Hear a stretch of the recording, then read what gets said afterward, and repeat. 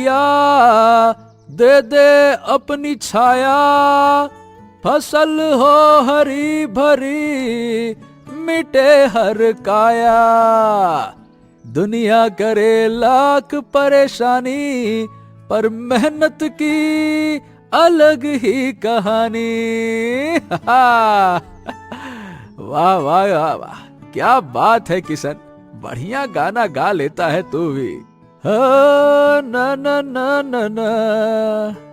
चलते चलते वह अपने खेत के पास पहुंच गया। हाँ, हे भगवान, इस बार फसल अच्छी कर देना, ताकि सिपाहियों की डांट से बच जाऊं और हमारे घर की इज्जत भी बनी रहे। हाँ।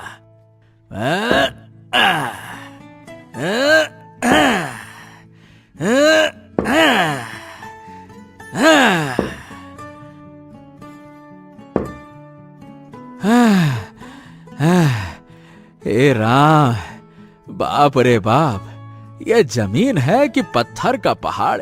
कब से खोदे जा रहा हूँ, हाथ सुन्न हो गए, लेकिन ये जमीन है कि मानती ही नहीं। पसीने की बूंदें उसके चेहरे से टपक कर मिट्टी में समा रही थी। तभी मदन वहाँ आता है। अरे क्या बात है किशन भाई, इतनी दोपहर में कुदाल चला रहे हो? घर वालों ने बाहर निकाल दिया क्या?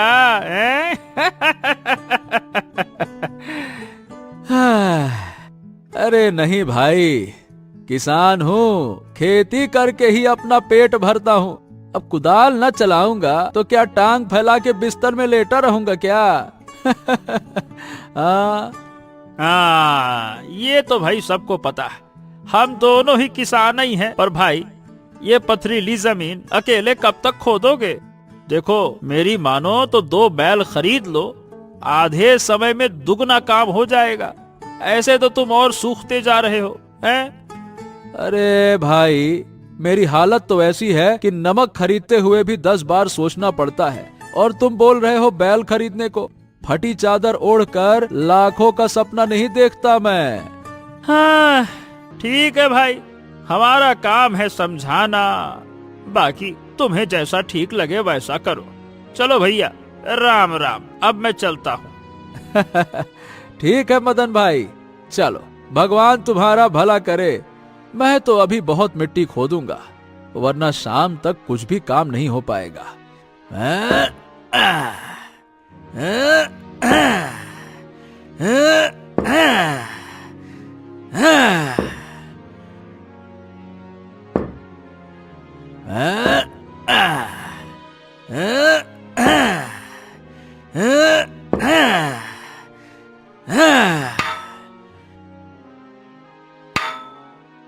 अरे ये क्या, ये टक्क से कैसी आवाज आई?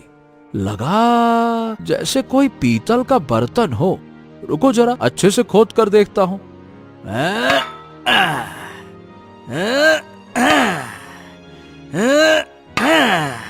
कुछ ही क्षणों में मिट्टी के नीचे से एक चमकदार पीतल का घड़ा निकल आया। अरे दात तेरे की, ये तो खाली घड़ा है। हे भगवान, अगर इसमें धन दौलत दे देते तो क्या नुकसान हो जाता? मेरी थोड़ी सी किस्मत बदल जाती, यही होता ना। लेकिन नहीं, मेरी किस्मत में तो शायद मजदूरी ही लिखी है। क्या करूं? मैं पूरी जिंदगी ऐसे ही खेतों में पसीना बहाता रहूंगा क्या? क्या बताऊं? भूख से किशन का पेट कहराने लगा। अरे बाप रे बाप, भूख से तो पेट में दर्द होने लगा। यहीं पास में अमरूद का पेड़ है, चलो 2-4 अमरूद ही तोड़ लेता हूं।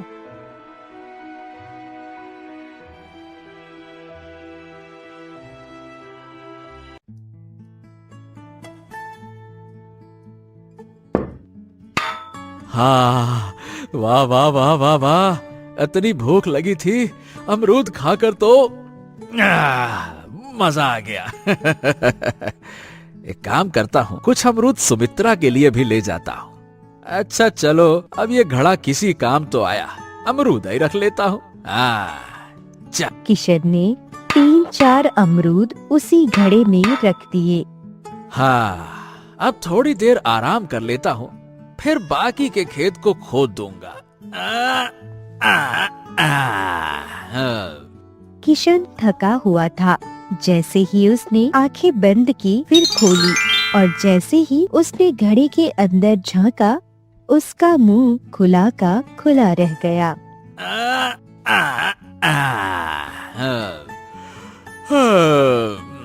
अरे ये क्या चक्कर है?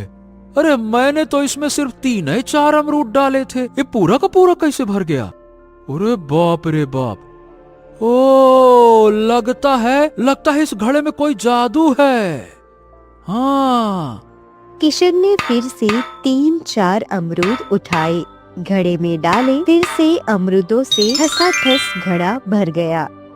अरे ये कैसा चमत्कार है? ये तो सच में जादुई घड़ा है, जादुई घड़ा। चलो अब घर चलता हूँ, सुमित्रा को दिखाता हूँ ये जादुई घड़ा। ए भगवान, बहुत सही चीज दिए हो, मजा आ गया, मजा आ गया। अरे भगवान देता है जब देता है, न हो धरती मैया दे दे अपनी छाया।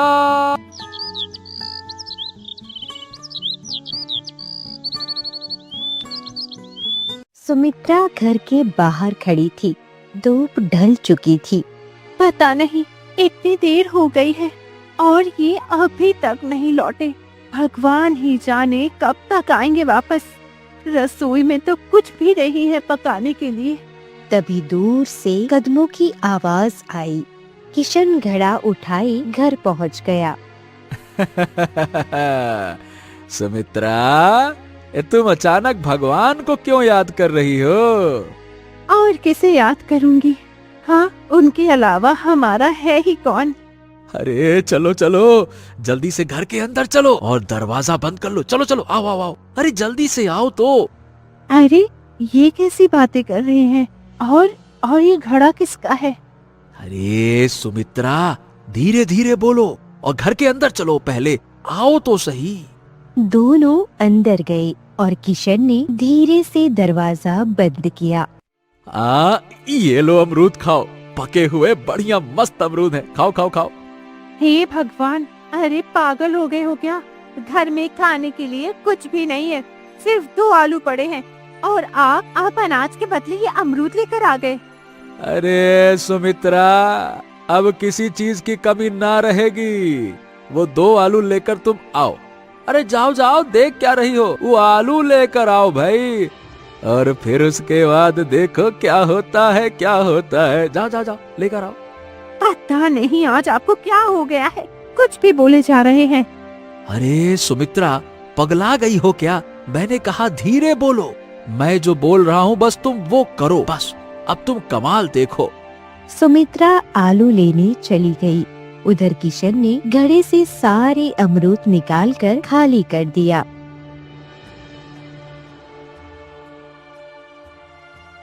ये लो, पकड़ो इन्हें। सुमित्रा, ये मुझको मत दो, इसको घड़े के अंदर डालो, फिर तुम कमाल देखो। डालो डालो डालो, अरे डालो, देख क्या रही हो, डालो। अरे इन्हें घड़े में डालने से क्या होगा? अरे फिर से सवाल, ये नहीं वो नहीं ये नहीं। अरे जो बोला है एक बार करके देख लो ना, डालो उसमें। सुमित्रा ने दोनों आलू घड़े में डाल दिए और देखते ही देखते घड़ा पूरे आलूओं से भर गया। अरे अरे, ओए माँ, ये क्या देख रही हूँ मैं? ये पूरे घर में आलू ही आलू, सब जगह से आलू ही बाहर आ रहा है। आहा, अब समझ में आया, यही तो मैं कह रहा था सुमित्रा। देखा देखा देखा। अरे लगता है जी भगवान ने हमारी सुन ली है, सच में हम पर दया आ गई है। अरे मेरी बात सुनो, ये बात किसी को पता नहीं चलनी चाहिए, यही घड़ा हमारा बेड़ा पार करेगा, समझी? लेकिन हाँ, किसी को पता ना चले। हाँ जी, इसीलिए तो कहते हैं ऊपर वाला जब देता है तो छप्पड़ फाड़ कर देता है। हे ईश्वर, मैं कल ही आपको प्रसाद चढ़ाऊंगी। हाँ हाँ, चढ़ा देना चढ़ा देना, लेकिन पहले अपने पति देव को तो कुछ चढ़ावा चढ़ाओ भाई। भूख लगी है, पेट पूजा करवा दो। दिन भर पसीना बहाया है खेत में, बहुत जोर की भूख लगी है। अब तो खुश हो, खुशी खुशी खिलाओ, कुछ खिलाओ। ठीक है, आप हाथ मुंह धोकर बैठो, मैं अभी आपके लिए खाना परोसती हूँ।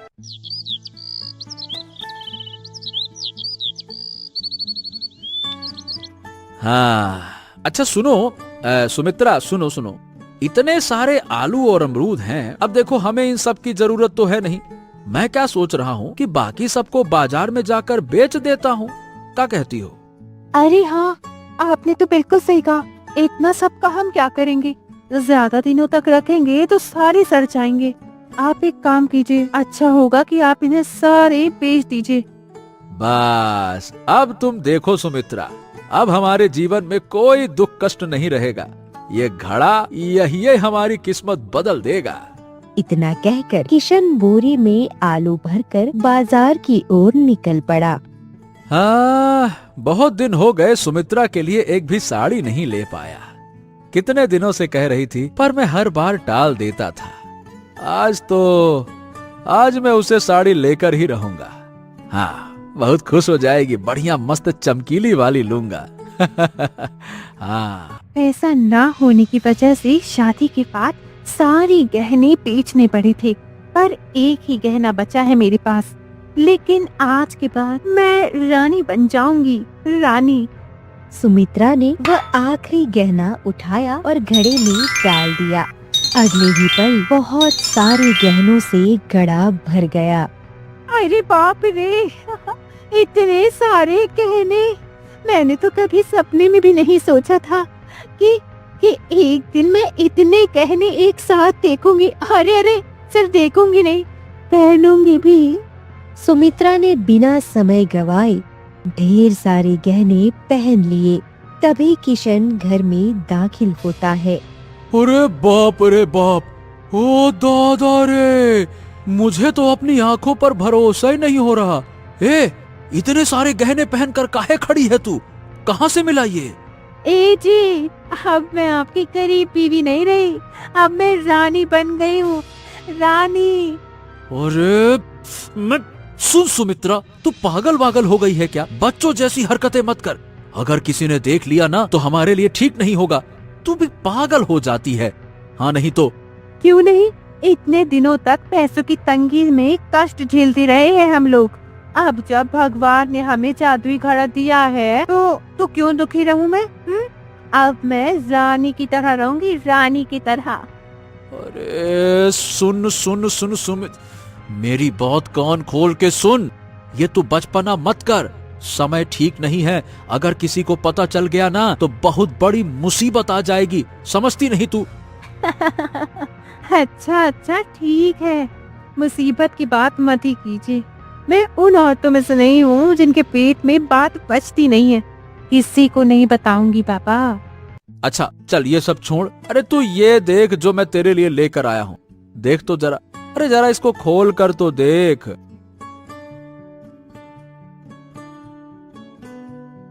सुमित्रा ढोलक के झोले में हाथ डालती है और अरे वाह, इतनी सुंदर साड़ी!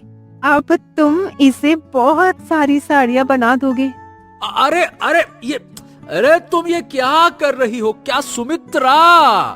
लेकिन सुमित्रा तब तक साड़ी घड़े में डाल चुकी थी और अगले ही पल घड़े में बहुत सारी साड़ियाँ आ चुकी थी। अरे सुनिए जी, ये देखिए इतनी सारी साड़ियाँ। मैं तो इनमें से 2-3 अपने पास रख लेती हूँ। ये नहीं, हाँ। किशन भारी भरकम कपड़ों की गठरी उठाए बाजार में जाकर सारी साड़ियाँ बेच आया।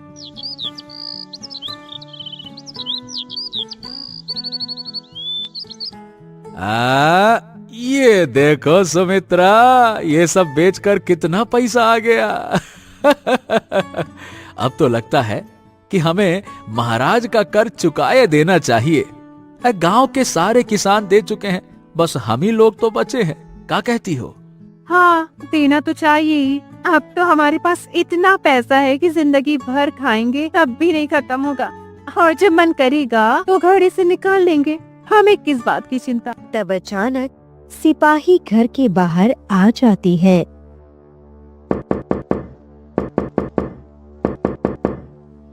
अरे किसान, ओ किसान, अरे बाहर आ। अरे सुनाई नहीं देता क्या? जल्दी से बाहर आ। ए किसान, बाहर आ। भीतर घर में किशन और उसकी पत्नी सुमित्रा बैठे थे। लगता है सिपाही आ गए, जरूर महाराज ने भेजे होंगे। घबराओ मत, घबराओ मत। अरे पैसा है, अब क्या दिक्कत है? जाकर मैं देखता हूँ, है ना? रुको रुको। हाँ जी, आवाज से तो यही लग रहा है। अब क्या होगा?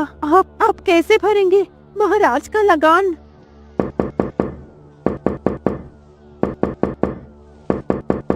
किशन धीरे धीरे बाहर आया। सिपाही उसे घूर रहे थे।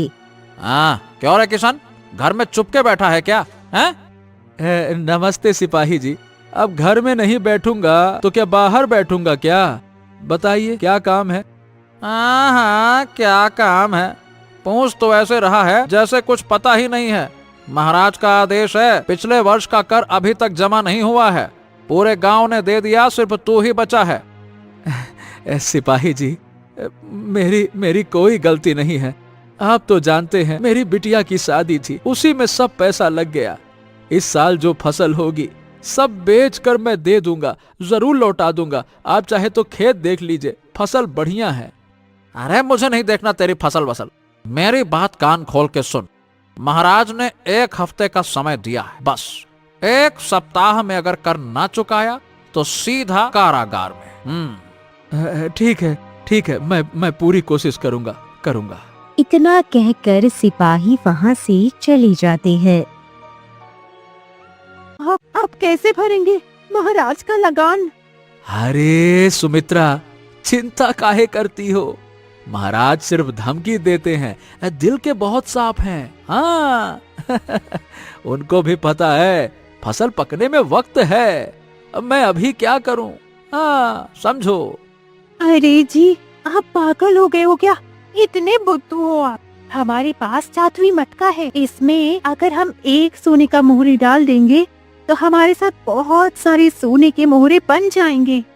अरे हाँ सुमित्रा, अरे धात तेरे की, मैं भी कितना बड़ा बुद्धू हूँ, इतनी जल्दी भूल गया। चलो जल्दी से घर के अंदर चलो। 1 सोने की मुहर है ना, वही लेकर आओ, उसको डाल देते हैं। अभी यही सोना हो जाएगा। चलो। दोनों जल्दी जल्दी घर के अंदर भागे और अलमारी से वह एकमात्र सोने की मुहर निकालकर घड़े में डाल दी। घड़ा सोने की मोहरों से भर गया। अरे वाह, इतनी सारी सोने की मोहरें! वाह, वो भी एकदम चमचमाती हुई। अरे वाह, नई कड़ी हुई, एकदम नई। हाँ सुमित्रा, हाँ, इतनी सारी सोने की मोहरें। इनमें से महाराज का जो कर था ना, उतनी मोहरें लेकर दे आते हैं। हमारा पूरा कर उतर जाएगा, बड़ा मजा आएगा। इतना लालच अच्छा नहीं होता है। सुनिए, आज के बाद से हम सोने की मोहरें नहीं बनाएंगे, लोगों को शक हो जाएगा। इससे अच्छा है हम कुछ ऐसी वस्तुएं बनाएं जो हम बेच भी सके, ताकि लोगों को शक भी ना हो। हाँ, ये बात तुमने बिल्कुल सही कही सुमित्रा। अगर सीधी सीधी मोहरें बनाई तो हम पकड़े जाएंगे। हाँ, इसीलिए काम करते हैं, अब घड़ा सिर्फ व्यापार की चीजें निकालने में इस्तेमाल करेंगे, हर चीज में नहीं। हाँ, तो ठीक है सुमित्रा, मैं अभी जाता हूँ महाराज के पास, उनका पूरा कर चुका के आता हूँ, ताकि कोई उंगली ना उठा सके। ठीक है ना? हाँ, और सुनो, ज्यादा उतावले मत हो जाना कि चले गए और पेट में कोई बात न पची और कहीं किसी सहेली से कह दिया, है ना? घर ही में रहना। ठीक है, मैं आता हूँ। किशन थैली में सोने चांदी के सिक्के भरता है और तेज कदमों से महल की ओर चल पड़ता है।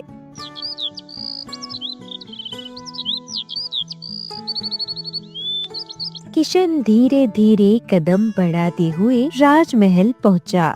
राजा और मंत्री बगीचे में बातें कर रहे थे।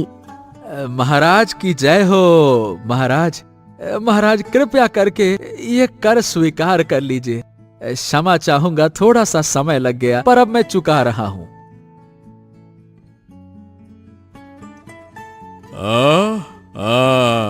पूरे राज्य की प्रजा ने पिछले वर्ष का कर चुका दिया था, सिवाय तुम्हारे किशन। क्षमा करें महाराज, वो कहा है कि बिटिया की शादी थी ना, तो बहुत ही खर्चा हो गया, इसीलिए देर हो गई। अब देखिए ना, पूरा लेकर आया हूँ, ला दिया मैं।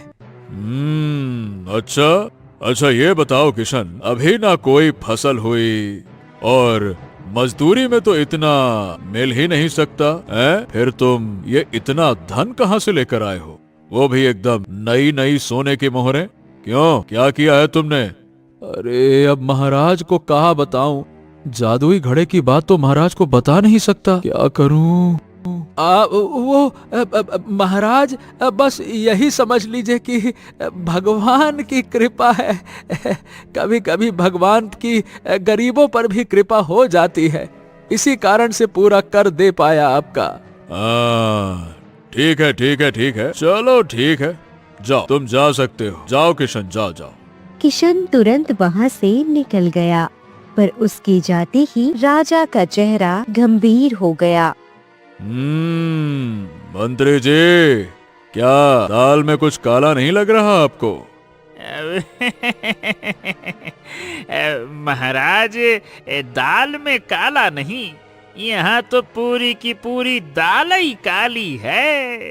अरे कुछ तो बड़ा गड़बड़ जरूर है महाराज। वही तो, अभी तो फसल का कोई मौसम भी नहीं है और मजदूरी से तो सोने की मोहरें इकट्ठा नहीं होने वाली। फिर इतनी नई सोने की मोहरें उसके पास आई कहाँ से? बिल्कुल महाराज, हमारे राज्य में इतनी आय तो सिर्फ जमींदारों के पास होती है। किशन के पास ये दौलत कहाँ से बरस पड़ी, यही तो सोचने का विषय है। मंत्री जी, ऐसा करिए कि किशन के घर दिन और रात 2 सैनिक लगा दीजिए, पता लगाइए कि आखिरकार चल क्या रहा है वहाँ। ताली की आवाज सुनकर 2 सैनिक तुरंत राजा के सामने आ खड़े हुए। सिपाहियों, क्या तुम लोगों ने कभी किशन का घर देखा है क्या? हाँ महाराज, एक बार आप ही ने तो कर वसूलने के लिए भेजा था। हाँ, याद है ना? हाँ, अब याद आया। तो सुनो, तुम दोनों को किशन के घर पर कड़ी नजर रखनी है, लेकिन हाँ, ध्यान रहे उसे पता नहीं चलना चाहिए, ठीक है? महाराज, दिन में तो वो सबकी नजर में रहता है, कोई भी गुप्त काम वो करता होगा तो रात में ही करता होगा। बिल्कुल सही कहा। तो आज शाम ढलते ही उसके घर की निगरानी शुरू करो। देखो वो कहाँ जाता है, क्या लेकर आता है, क्या कहीं से उसके पास कोई छुपा हुआ खजाना तो नहीं है। सारी चीजों की विस्तृत जानकारी हमें ला कर दो। जी महाराज, हम पूरी जान लगा देंगे, किशन की पूरी कुंडली निकाल कर रख देंगे। आज्ञा दे महाराज। हाँ ठीक है, आज शाम से निगरानी शुरू करो, क्योंकि मुझे किशन पर गहरा शक है। जाओ।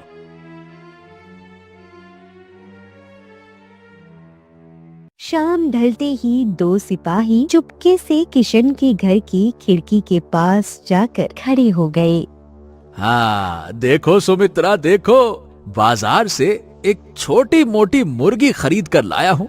अब तुम देखना, एक मुर्गी से 100 मुर्गियाँ कैसे बन जाएंगी, और मैं सबको एक ही साथ बेच दूंगा। फिर देखना हमारे पास कितना पैसा आ जाएगा।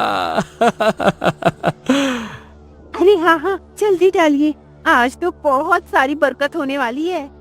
इतना कहकर किशन ने सावधानी से उस मुर्गी को उठाया और जादुई घड़े में डाल दिया। जैसे ही मुर्गी घड़े में गई, अचानक सैकड़ों मुर्गियां कमरे से भागने लगी। अरे रुको, कहाँ भाग रही हो? ए सुमित्रा, भागो। अरे मुर्गियों को पकड़ो, सारी निकल जाएंगी घर के बाहर। अरे रुक जाओ रे, कहाँ भाग रही हो? अरे कैसे पकड़ूं? यह तो इधर उधर पंख फड़फड़ाते हुए पागल हो गई है। हाय दैया! खिड़की के ठीक बाहर खड़े दोनों सिपाहियों ने यह पूरा तमाशा अपनी आंखों से देख लिया। अरे बाप रे बाप, ये क्या देखा मैंने? एक मुर्गी डाली और 100 मुर्गियां बाहर निकल आईं। इसका मतलब यह कोई साधारण घड़ा नहीं है, ये तो जादुई घड़ा है। जादुई। चलो चलो, यह खबर सुबह होते ही महाराज को देनी है। किशन की ये चाल हमें पकड़नी ही थी। दोनों सिपाही चुपचाप वहां से निकल गए।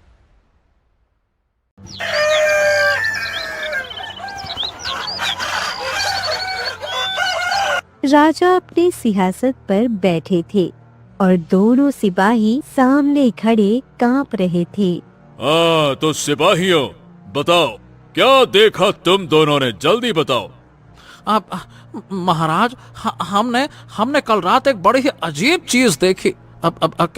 मतलब यह कि किशन के पास एक जादुई घड़ा है। जादुई घड़ा? ये क्या बकवास कर रहे हो तुम? जादुई घड़ा क्या होता है? महाराज, मैं सच कह रहा हूँ। हमने अपनी आँखों से देखा है। किशन ने घड़े में एक मुर्गी डाली और वहाँ से 100 मुर्गियां बाहर निकलकर भागने लगी यहाँ वहाँ। अरे सिपाहियों, सुबह सुबह क्या मजाक सूझ रहा है क्या? सच सच बताओ, नहीं तो सर कलम कर दूंगा तुम्हारा। महाराज, हम कसम खाते हैं, यही सच है। हमने सब अपनी आँखों से देखा है। झूठ क्यों बोलेंगे महाराज, वो भी आपसे। ओह, तो ये बात है। अगर सच में ऐसा है तो किशन को उस घड़े समेत पकड़कर अभी के अभी हमारे पास लेकर आओ। जाओ। हाँ, जैसा आदेश, अभी लेकर आते हैं, और साथ में उसका घड़ा भी। ठीक है। दोनों सिपाही तुरंत वहां से निकल पड़े और सीधे किशन के घर पहुँचे। अरे किशन, अरे ओ किशन!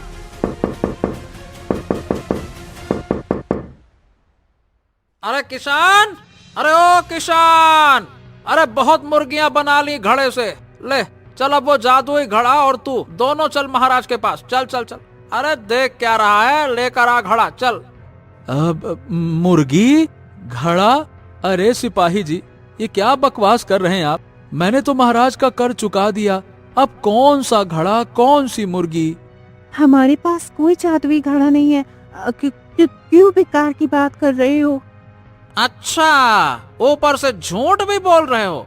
उल्टा चोर कोतवाल को डांटे। अरे चलो अंदर, घड़ा खुद हम खोज कर लाते हैं। हटो हटो रास्ते से।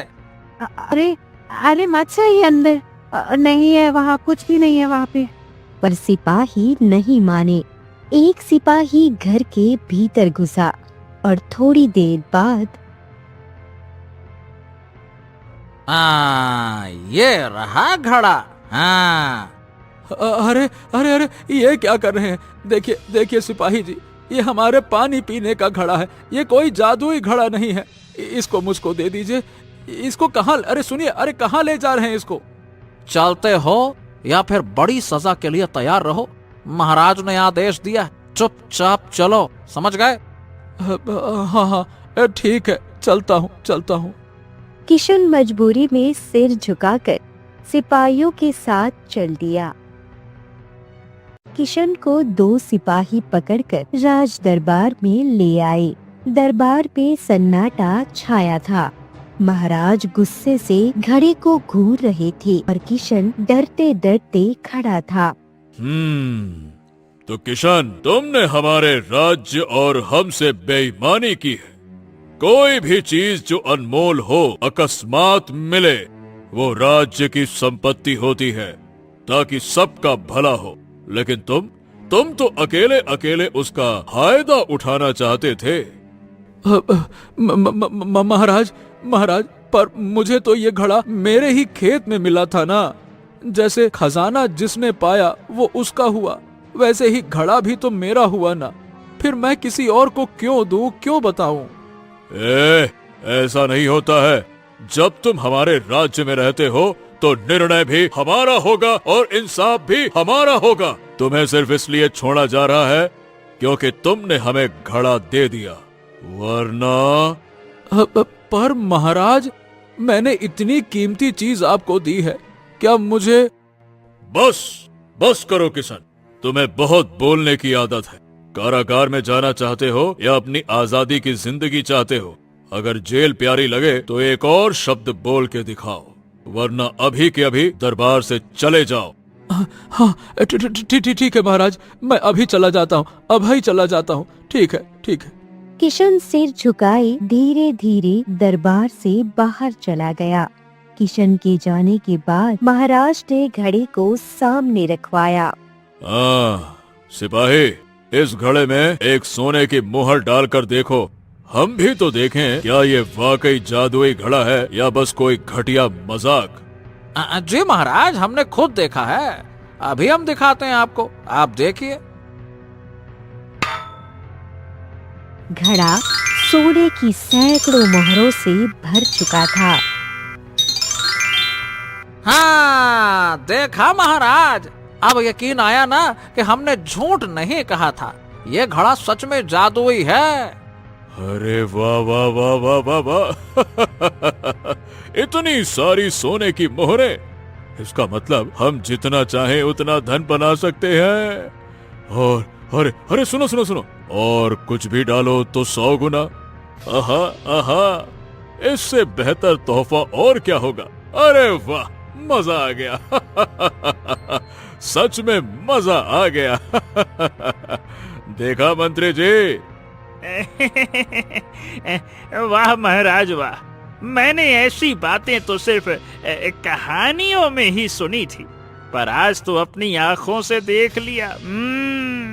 यही तो असली अद्भुत चमत्कार है।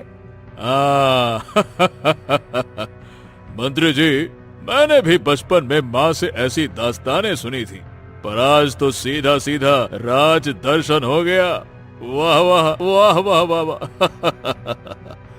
हाँ, तो महाराज, अब तो आप चाहें तो राज्य की सारी प्रजा को धन बांट सकते हैं। हर किसान, हर मजदूर, सभी की जिंदगी बदल जाएगी। क्या कहते हैं महाराज? हैं? नहीं नहीं नहीं नहीं नहीं, बिल्कुल नहीं मंत्री जी, बिल्कुल नहीं। अगर सबके पास धन आ गया तो ये राज्य राज्य नहीं रहेगा, प्रजा कामचोर हो जाएगी, किसी की किसी पर सुनवाई नहीं रहेगी, सब अपने आप को राजा समझ बैठेंगे। सबके पास धन होने से सब काम चोर बन जाएंगे, कोई मेहनत नहीं करेगा।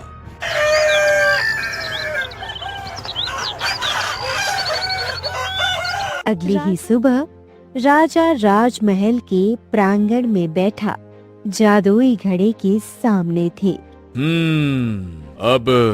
अब समझ में नहीं आ रहा है कि इस घड़े का क्या किया जाए, इसमें क्या डालें क्या ना डालें। महाराज, लालच बुरी बला होती है। ईश्वर ने हमें जितना दिया है उतने में खुश रहना चाहिए। अगर आप यह घड़ा इस्तेमाल करते रहे तो आपकी मेहनत, परिश्रम, इंसाफ सब हवा हो जाएगा। इतना लालच अच्छा नहीं होता। ओहो महारानी, आप हमें मत सिखाइए कि हमें क्या करना चाहिए और क्या नहीं। जब जादुई घड़ा मिल ही गया है तो क्यों ना इससे ढेर सारी दौलत बनाई जाए। ठीक है महाराज, जैसी आपकी इच्छा। बस ध्यान रखिए, लालच हमेशा विनाश ही लाता है। अरे रानी, इसमें लालच की कोई बात नहीं है। इसी दौरान पेड़ पर बैठा एक बंदर वह झट से घड़े में छलांग लगा देता है। घड़े से सैकड़ों बंदर निकलकर फैलने लगती है। अरे अरे अरे बाप रे, इतने सारे बंदर, ये क्या हो गया? ओहो, इन मूर्ख बंदरों को अभी के अभी कूदना था क्या? अरे अरे पकड़ो, अरे सिपाहियों! महल में हाहाकार मच गया। कोई बंदर पेड़ की टहनियाँ तोड़ रहा था तो कोई सिपाहियों के सिर पर चढ़कर उन्हें परेशान कर रहा था। एक बंदर तो राजा के कंधे पर बैठकर उसकी पगड़ी खींचने लगा। हे भगवान, अब इन बंदरों से कौन हमें बचाएगा? ये बंदर तो भागते ही नहीं। महारानी, अब क्या होगा? तभी दो बड़े बंदरों ने जादुई घड़ी को उठाया और धड़ाम पूरे जोर से जमीन पर पटक दिया। घड़ा चकनाचूर हो गया और उसके टूटते ही सभी बंदर अचानक धप एक एक कर कर गायब हो गए। हाँ, अरे अरे अरे, ये तो घड़ा ही टूट गया। आहा, लेकिन शायद अच्छा ही हुआ। अब समझ में आया कि लालच क्यों बुरी होती है। हमें ईश्वर ने जितना दिया है उतने में संतोष करना सीखना चाहिए और मेहनत से ही अपना राज्य चलाना चाहिए। अब समझ में आया महाराज, असली धन